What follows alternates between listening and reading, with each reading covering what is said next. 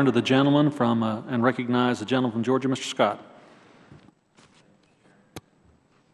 Thank you, Mr. Chairman and Madam Chair. It's an honor to join you and my other colleagues here today and to be a part of this conference committee. I'm confident that as we work together, we can accomplish some things over the next few weeks that will result in a farm bill that's good for our farmers, good for our agricultural industry, and good for the American people. As we sit here today and begin these negotiations, cotton, peanuts, and other row crops are being picked in Georgia.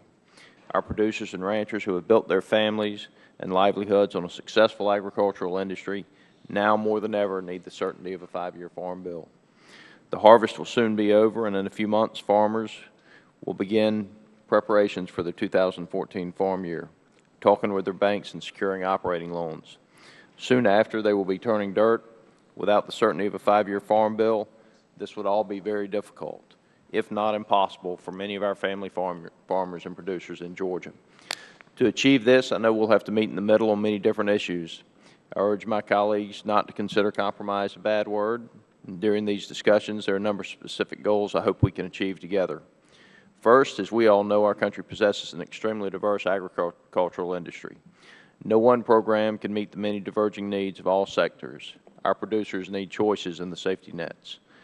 As my grandfather always said, a farm bill should only be for the bad times, not the good times. Nothing that we do should guarantee anybody a profit. Thus, providing producers with a choice of revenue, safety net, and price support programs is extremely important. Second, I know nutrition programs have been contentious issues throughout our discussions. Our focus should be on changing the culture of these programs to provide recipients with a lifeline when they need it most, while creating a greater economic opportunity for these individuals to rise beyond the circumstances which have led to their need for the support. After serving 14 years in the state legislature, I believe nutritional programs can run under greater efficiency if administered by the states. I hope we can set these programs on a path for future state administration. Ultimately, these programs should meet the goal of temporary assistance for which they were created, while also helping those they serve onto a path of self-sufficiency and earned success.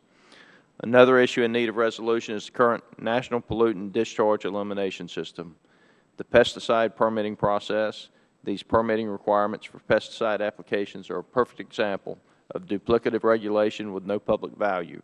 The application of such pesticides has already been evaluated by the EPA, and under the Federal Insecticide, Fungicide, and Rodenticide Act, they have been approved.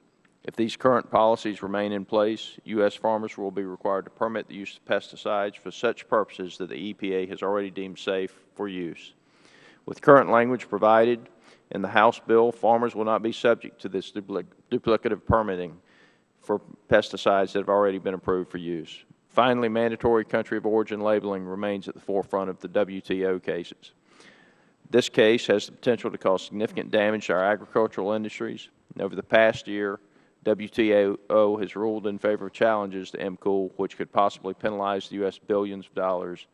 Resolution of this is a necessity. Again, I look forward to working with my colleagues to address these issues, coming to an agreement, and providing farmers and ranchers with certainty for another 5 years. With that, Mr. Chairman, I yield the remainder of my time